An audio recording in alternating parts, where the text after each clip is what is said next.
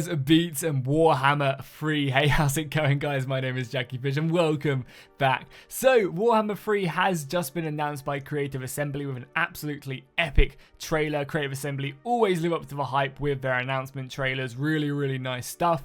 And in this trailer, we went ahead and got a ton of information, really, about what factions we'll be getting to play as well as a glimpse of a few legendary lords and some of the units that we'll probably be seeing in Warhammer 3. As well as that, alongside this, they did also drop a Q&A, kind of just outlining a lot of the basic things about the game, things that you would assume would be the case, but they went ahead and just kind of put it in that Q&A, I guess, if people weren't too sure about it. As well as that, they also dropped a few tidbits of maybe stuff we'll be getting, whether it's a custom campaign, maybe multiplayer is going to be a little bit different. What we're going to do in this video, we're going to go ahead and watch this trailer, and then we're going to kind of talk about it. I'll give my opinions on it. We'll then take a look at the Q&A, and I'll kind of pick out 3 or 4 of the more important Q&A things in that, and then I'll go ahead and give my overall thoughts on Warhammer 3. Also, if you are interested in my thoughts, obviously do stick around, drop a like and a comment down below, and subscribe if you haven't already. I am personally, which many of you may be kind of surprised, really looking forward to Warhammer 3.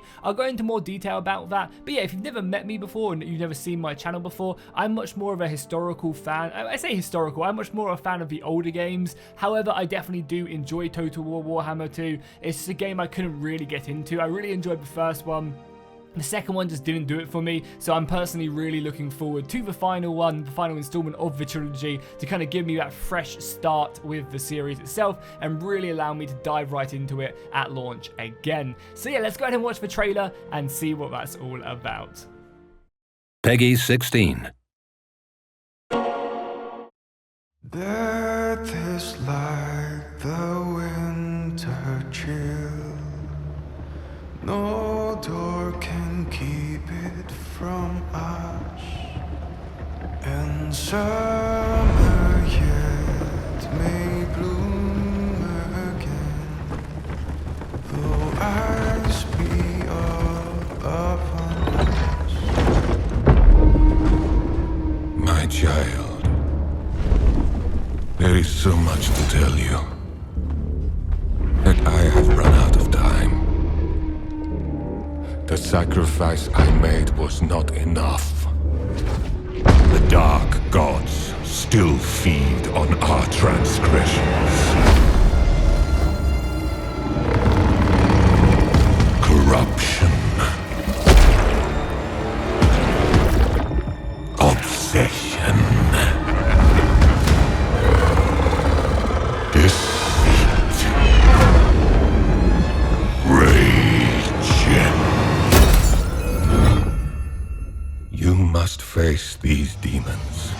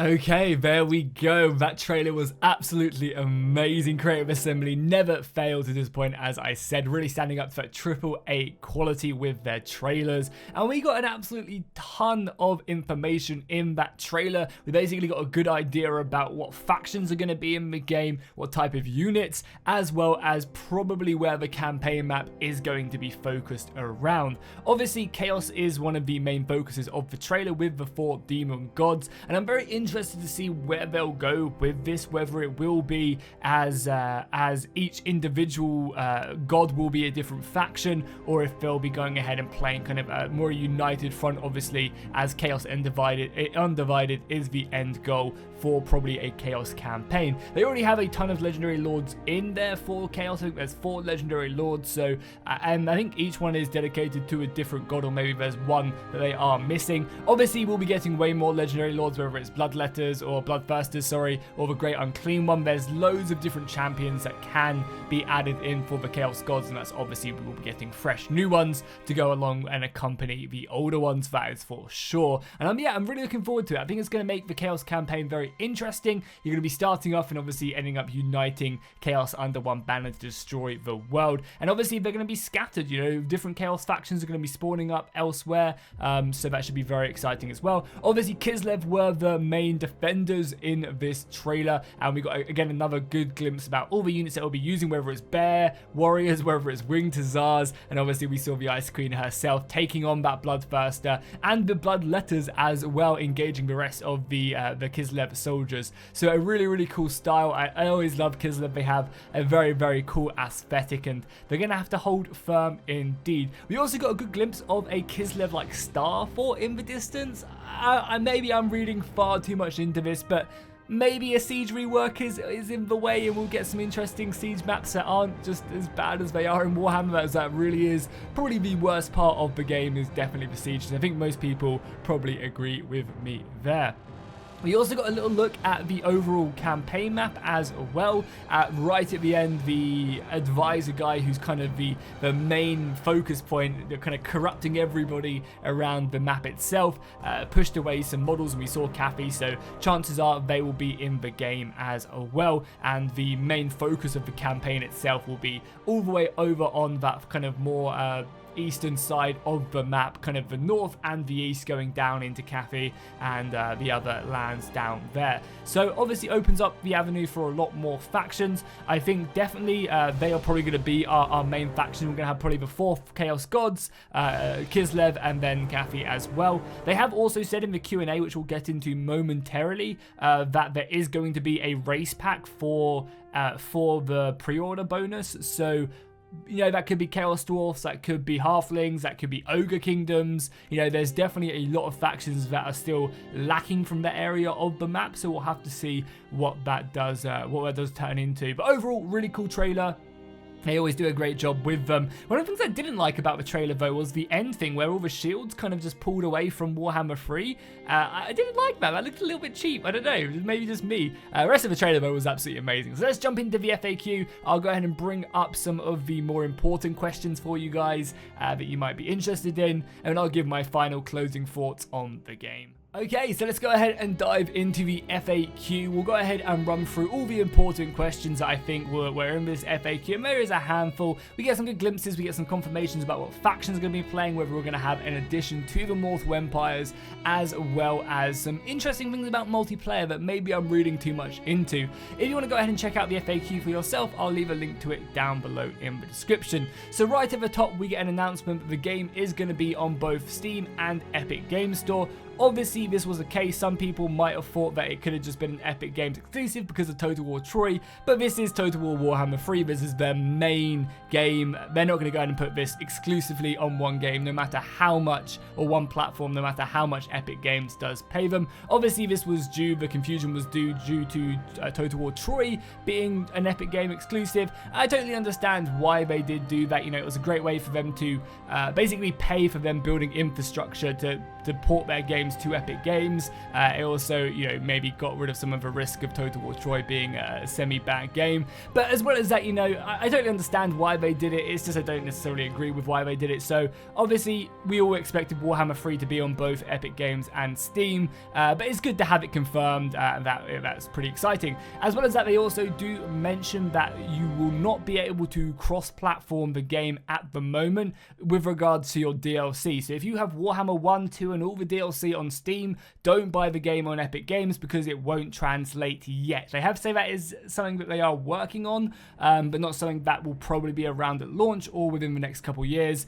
So definitely just buy the game on the platform you have all the DLC on, just to be safe for now. They also mention as well, as we go further down, that there will be a Mortal Empires campaign at some point. Obviously, this does also confirm that there is going to be a campaign for Warhammer 3. I definitely would, I don't know, I think a lot of people wouldn't mind them just making a campaign, just like adding into Mortal Empires, but it is supposed to be a standalone game and you couldn't have Mortal Empires. You know, if someone picks up just Warhammer 3, that wouldn't really work right. So with the way they've structured their game, there is going to be a separate campaign, just like the Vortex campaign was for Warhammer 2. Warhammer 3 will have its own campaign with the factions that are described in Warhammer, and then obviously eventually I imagine that they are saying that it's not going to be done for launch, or at least they're hinting at it. Then eventually the new map and the new factions will be added into the Mortal Empires.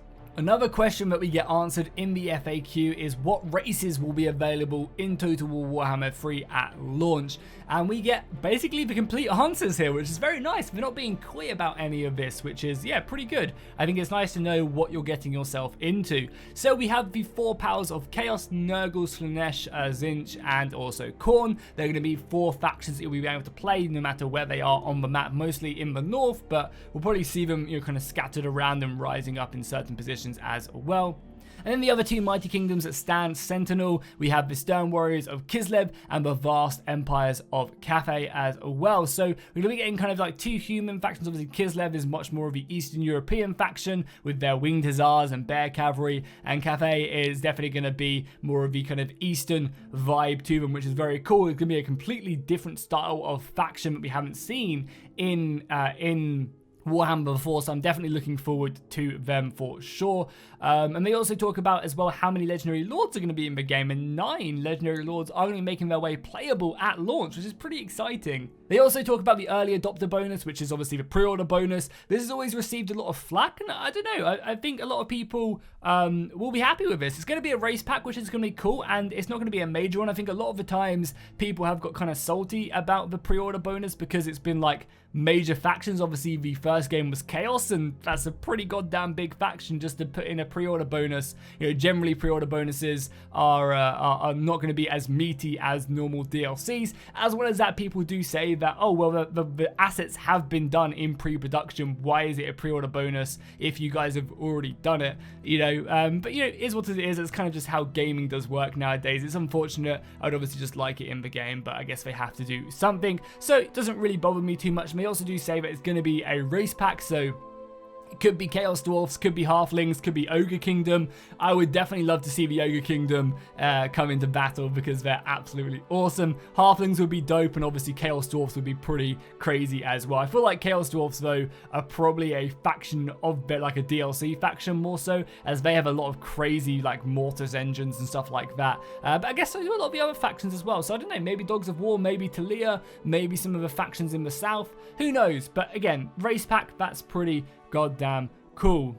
And then finally, they do talk about multiplayer support at launch. It kind of worries me that they even have to put this in the gameplay section of the Q&A, that there's going to be multiplayer support at launch, you know, like that should be expected. It's a Total War game. We've had multiplayer in every launch besides Troy, and that's because Epic Games runs off a different system than Steam. So the fact that we even have this in here was a little bit worrying to me. Is there something they're going to remove later on? I'm hoping it is the complete opposite, and instead they're actually going to add in some features and mechanics into multiplayer for once. We haven't really got multiplayer mechanics added into any Total War game since Shogun 2, which is, well, you know, like 10 years ago, if not longer, if not, maybe it's 8 years, 10 to 8 years ago, which is kind of crazy to think. Multiplayer is a big part of the game, and even though not as many people play, it's because they don't constantly update it. You know, you look at all the big YouTube videos that, you know, on my channel, Pixelated Apollo, etc., you know, like, that's all multiplayer focused. People do love to watch and see it and play it.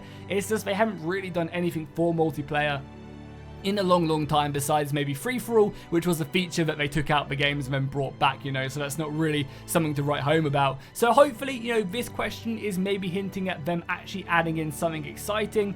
The dream would be an Avatar Conquest mode in Warhammer with all the different factions, and you unlock units and stuff around the Warhammer world. That would be amazing. You get to create your own army with an army painter, your own legendary lord, like you get to create your own character with all the different races. Oh my god, that would be absolutely insane. However, I think that's maybe a bit too optimistic. I would be more assuming that if they were going to do anything for multiplayer, it would probably simply just be an army painter. That sounds a bit more grounded and something that we could see. Even if that would be awesome, having an army painter would be great, I would still like to see something a bit larger and a bit more exciting for the multiplayer itself. I think at a bare minimum as well, if we were to get something which is actually mechanic based and not just army painter, would be probably something along the lines of the For Honor system, where you have a big map and you have all the factions fighting on it, and you just basically dedicate yourself to a certain faction. Say, I'm going to fight for the dwarfs, and then every battle you win in multiplayer then goes in this big pool, and then if you've won more than the enemy, then you take the territory, etc. Yeah, so I think that'd probably be the bare minimum multiplayer. But yeah, I don't know. This has kind of got me mixed feelings. On one side, I'm like, why do you guys have to say this? And on the other side, I'm like, maybe it's because there's something really exciting coming.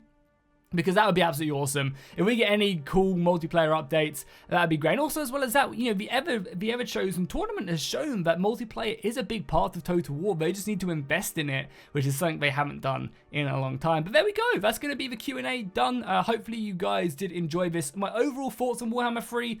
I'm super excited, honestly. As someone who didn't play Warhammer, or who played a ton of Warhammer 1, I think I have like 500-600 hours, which I know to a lot of you guys is probably rookie numbers. But yeah, I played like 600 hours in Warhammer 1. I've got like 400 hours in Warhammer 2, again, super rookie numbers. But, you know, I just couldn't get into it. Warhammer 2 for me at launch was very much just an expansion to Warhammer 1, more than a fully fledged game.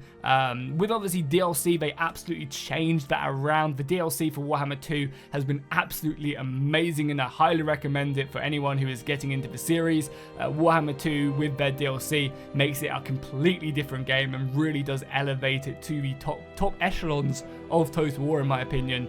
However, I just couldn't find my groove after launch with the game, so that's why I'm really looking forward to Warhammer 3.